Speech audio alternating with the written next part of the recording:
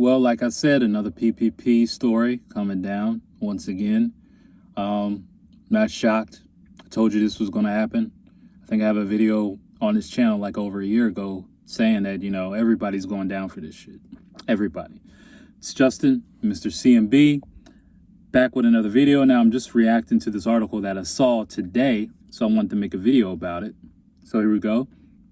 It's Atlanta attorneys found guilty in $7 million in COVID relief fraud case. So let's get right into it, and I'm going to break down this article in real simple terms as I read it. Prosecutors said former city police officer and attorney used funds to buy a Rolls Royce and other lavish expenses. What did she buy? She used the Paycheck Protection Program funds. So prosecutors allege Shalita Robertson used the funds from her business. They need to fire this editor. Used the funds to buy a Rolls Royce car, a motorcycle, a 10-carat diamond ring for $148K, and among other things. Now, Robertson had denied grossly exaggerating the number of people employed by four of her companies in order to obtain millions of dollars in federal aid designed to keep small businesses afloat during the coronavirus pandemic. She blamed her companies. Now, listen to this.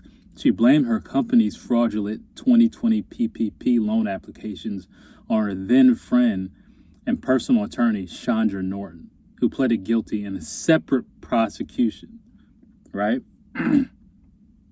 Anyway, they deliberated over 2 hours. I'm not going into that.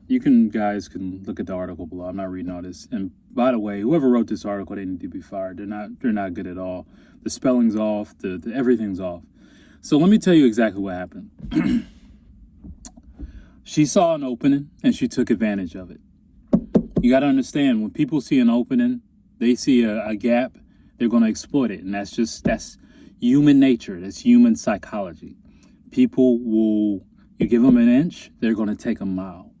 And really, like I was saying, especially, I think I made a big video about this, about last year, about the PPP loan, is that everybody's going to get caught. Then you could have gotten the money if you did things the right way. If you actually had your paperwork in order, you had good tax returns, or if you just had a paycheck provider like ADP or OnPay or one of these other ones, and you could have funneled the funds through there and actually paid yourself legitly instead of actually using the money to buy shit, knowing the money's tracked. Like, I honestly don't think a lot of people read the fine print that the money that you have is actually being tracked. like if you're doing purchases on the same account that the money came in, they're actually tracking it. And it's just like, I don't understand it. There's ways that you could have gotten the money if you had a legit business. She appeared to have a legit business. She's an actual attorney. She had a reputation that she's had for decades, and now she spoiled it over a quick lick. Now, mind you, she could have got legit money from this if she just did things the right way. Now, here's the second part of this. She's blaming her attorney, Chandra Norton, who pleaded guilty in a separate prosecution. Now, I'm going to tell you exactly what happened, because obviously I was around during the PPP. I received some PPP funds, but I knew people who were doing other things. And this is exactly what the lady Chandra was doing. She was basically getting, hit off with a little bit of money on the side to push some applications through and, finesse some numbers and finesse some employee numbers. And then she gets a cut of that. Everybody knows the play, especially now. And I hate to use that word, but that's what it was. Like, people saw a gap and people exploited that. But you got to understand, when you're taking government funds, everything's going to be tracked. And that's what happened. Your funds were tracked. Everything that you were doing was tracked.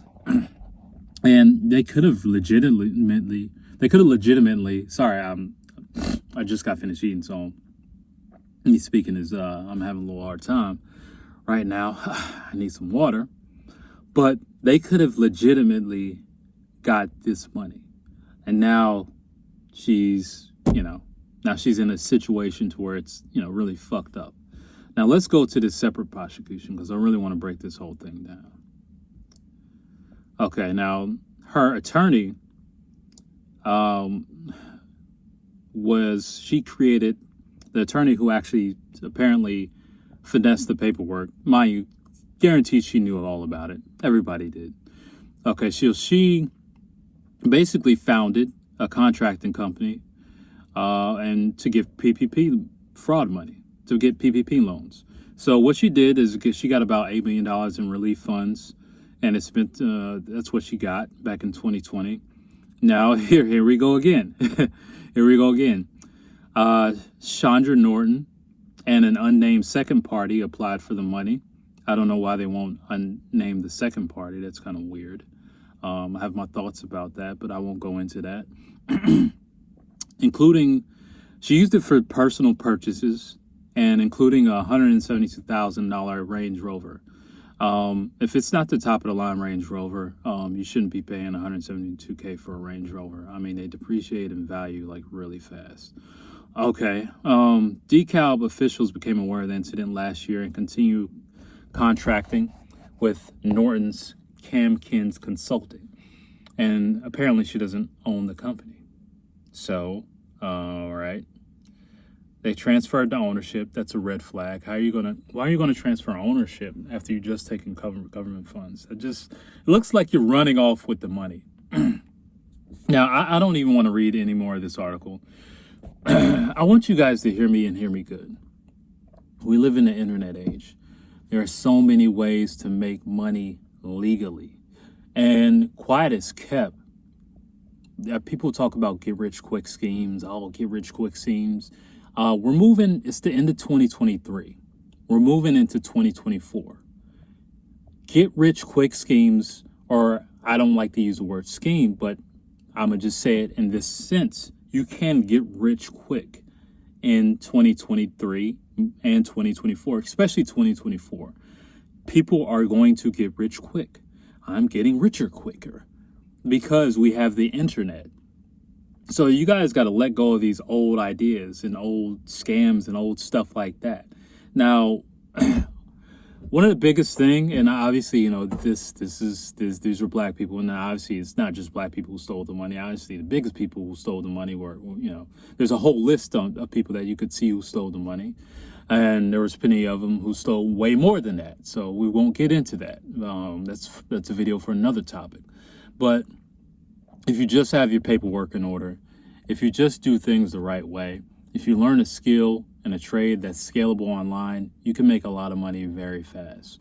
And I actually may do a video just to show you how fast you can actually make money online legitimately without taking penitentiary chances. Now, I get some comments and some weird dudes who always commented about stuff on my videos. You know, just a bunch of weirdo ass dudes who would never say that stuff to me and, you know, to my face. But what I'm telling you, if you're watching this video, like I said, I'm in the middle of something and I just decided to make this video real quick, real raw, not big production like my other videos, is that you can get what you want out of life by doing things the right way.